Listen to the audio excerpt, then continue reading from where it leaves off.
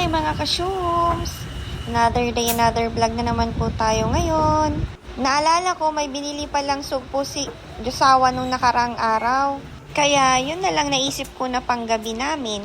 Hindi ako expert sa kusina. Kaya bago ko niluluto lahat ng mga putahe na inihahanda ko, ay nanonood muna ako sa mga YouTube kung paano ang mga procedure at ingredients niya. Pasensya po kung medyo nabubulol-bulol na. Kasi purong Ilocano po kasi tayo eh. Kaway-kaway po sa mga kagaya ko na bulol magtagalog. Ayan naman si Bunso. Nangingialam na naman, ang daming tanong.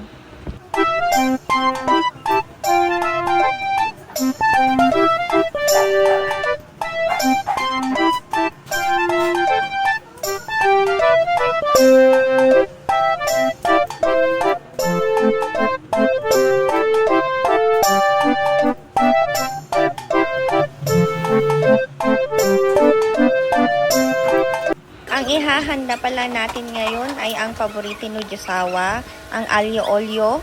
Yun ba? Alyo olio. Ha, yun na lang. Basta, yun na yun.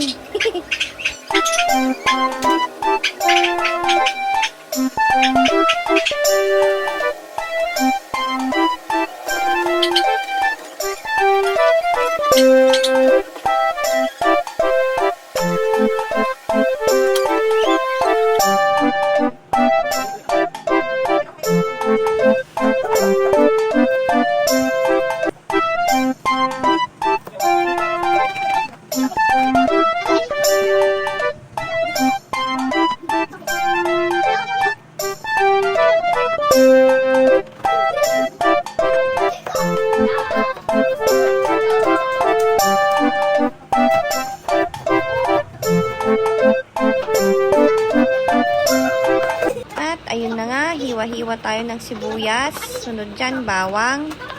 Kagaya nga ng sabi ko, ba yan, nabubulol na naman ako.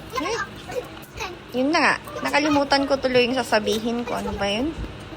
Gaya nga ng sinabi ko, hindi po kami expert sa pagluluto, pero marunong naman kahit konti.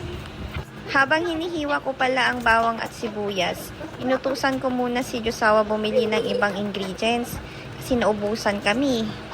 Alam nyo mga syumare, sa totoo lang si Josawa talaga marunong magluto. Kaya nga lumaki ako ng ganito kalaki. Advice naman kayo mga kasyums, paano ba mag-diet? Paano ba iwasan yung pagkain? Kasi kusa silang lumalapit sa atin eh.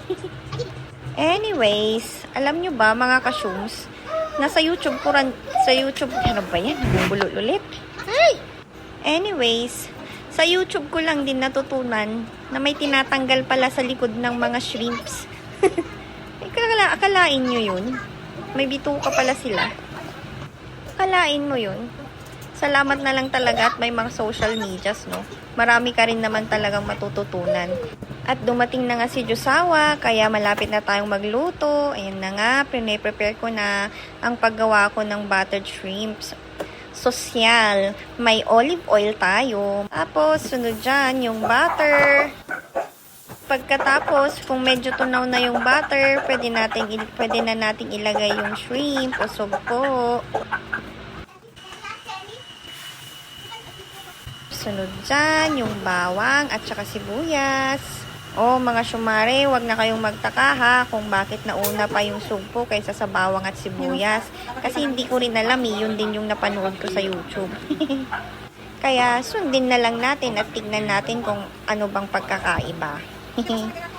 Siguro para hindi masunog or maglasang mapait yung bawang at sibuyas. Siguro ganun, 'di ba? Ganun ba yun, mga syumare? Comment down below kung ganun na. Di ko na pala napakita yung paglagay ko ng asin at paminta. At ayun na nga, sunod naman ang pagluluto ni Josawa ng tawag din, aglio olio daw. Yun ba yun? Yun, minekos-mekos na niya yung bawang at saka sibuyas.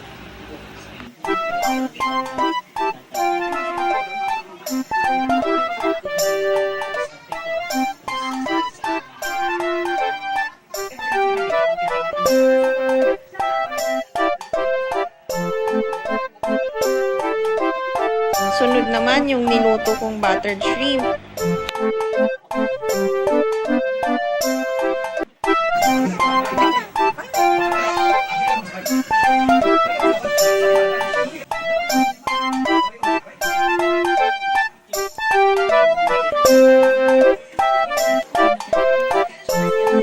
At dahil sa ambisyosa tayo ngayon, ayan, nagpakasotyal na tayo. Nilagyan na natin ng parmesan cheese.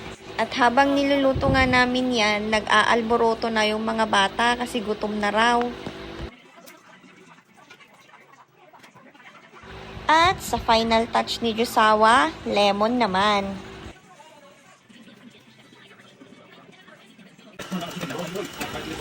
At panghuli natin, yung toasted bread para parang sosyal. Di ba? Kinamay ko na, malinis naman kamay ko. Kami-kami rin lang naman ang kakain. Kaya wag nyo na po akong i-judge ha. Fast forward. Di po halatang gutom na gutom kami, no? O siya, nood lang kayo. Kain lang po kami.